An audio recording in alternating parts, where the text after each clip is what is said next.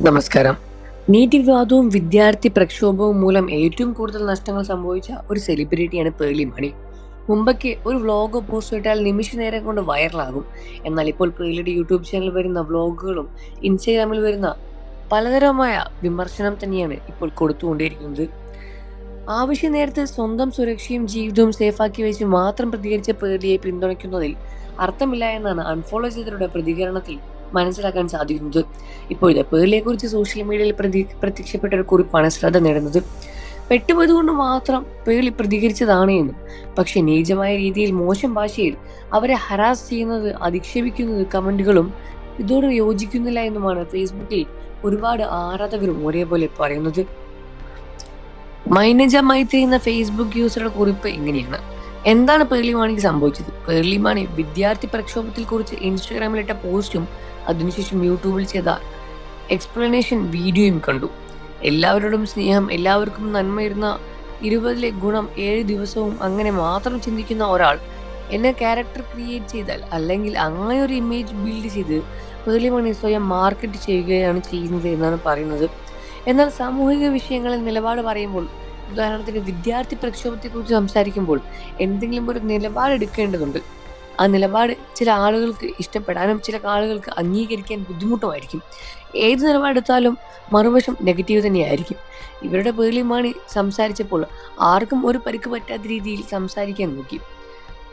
കഷ്ടമിട്ട് പറയട്ടെ, നീറ്റ് പരീക്ഷ ചോദ്യപേപ്പർ ചോർന്നതിനോ ആ വിഷയം എന്താണെന്ന് പോലും അഡ്രസ്സ് ചെയ്തിട്ടുമില്ല. അതായത് സംസാരിക്കേണ്ട ഗതികേട് വന്നതുകൊണ്ട് മാത്രം ഒരു പോസ്റ്റ് ഇട്ടതാണ് പേർലി. അതിൻ്റെതായ ആത്മാർത്ഥത കുറച്ചും നിലപാടില്ലായ്മയും ആ പോസ്റ്റിൽ കാണാനും സാധിക്കും. എല്ലാവരും പ്ലീസ് ചെയ്യണം എന്നുള്ള പേർലിക്ക് മിണ്ടാതെ ഇരുന്നാൽ മതിയായിരുന്നു. പക്ഷെ ഇത് ചെയ്യാതെ രണ്ട് വെള്ളത്തിലും കാലിട്ട വന്ന അവസ്ഥയാണ്. പക്ഷെ നമ്മൾ മനസ്സിലാക്കേണ്ടത്, സമൂഹത്തിൽ ഒരുപാട് പ്രശ്നങ്ങൾ സംഭവിച്ചാലും എല്ലാ ആളുകളും ആ ഒരു പ്രശ്നത്തെ പഠിക്കണമെന്നോ ആ വിഷയത്തെക്കുറിച്ച് നിലപാട് പറയണമെന്നോ യാതൊരു നിർബന്ധവുമില്ല. ഭൂരിപക്ഷം സമൂഹം ചിന്തിക്കുന്നത് പോലെ തന്നെ പൂർണ്ണമായും അനുകൂലിക്കുകയും പ്രതികൂലിക്കുകയുമില്ല.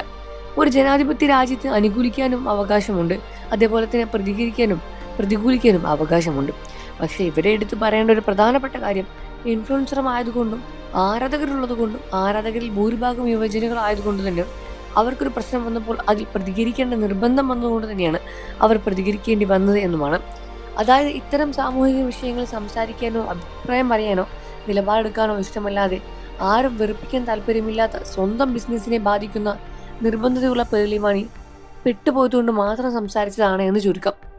വീഡിയോയിൽ തന്നെ പേർലി പറയാതെ പറയുന്നുണ്ട് പേർലിയുടെ അഭിപ്രായം നല്ല നിങ്ങളുടേത് എന്നെല്ലാം തന്നെ പേർലി പറയാതെ ഒരുപാട് പറയുന്നുണ്ട്. ഇനി ഈ പ്രശ്നങ്ങളുടെ മറ്റൊരു വശം കൂടിയുണ്ട്. പേർലിയുടെ കമന്റ് ബോക്സിൽ അങ്ങേയറ്റം നീചമായ രീതിയിൽ അവരെ സെക്ഷുവലി ഹറാസ് ചെയ്യുന്ന രൂപത്തിലും കുട്ടികളെയും കുടുംബത്തെയും അധിക്ഷേപിക്കുന്ന കമന്റുകൾ വരെ കണ്ടു. കുറേയധികം ആളുകൾ അവരെ പഠിപ്പിക്കാൻ ചെല്ലുന്നതും കണ്ടു. ഇതിനോടൊന്നും മനുഷ്യത്വ പക്ഷെ എനിക്ക് യോജിക്കാൻ കഴിയുന്നില്ല എന്നും അവർ ഇതിനോടകം കുറിക്കുകയാണ്. നിങ്ങൾക്ക് പേർലി മാണി ഇഷ്ടമാണോ എന്ന കാര്യം വീഡിയോയ്ക്ക് താഴെ കമന്റ് ചെയ്ത് പറയുക. വാർത്തകളും വിശേഷം എത്രയും പെട്ടെന്ന് അറിയാൻ നമ്മുടെ വീഡിയോ ലൈക്ക് ചെയ്ത് ചാനൽ സബ്സ്ക്രൈബ് ചെയ്ത് സപ്പോർട്ട് ചെയ്യണേ ഫ്രണ്ട്സ്.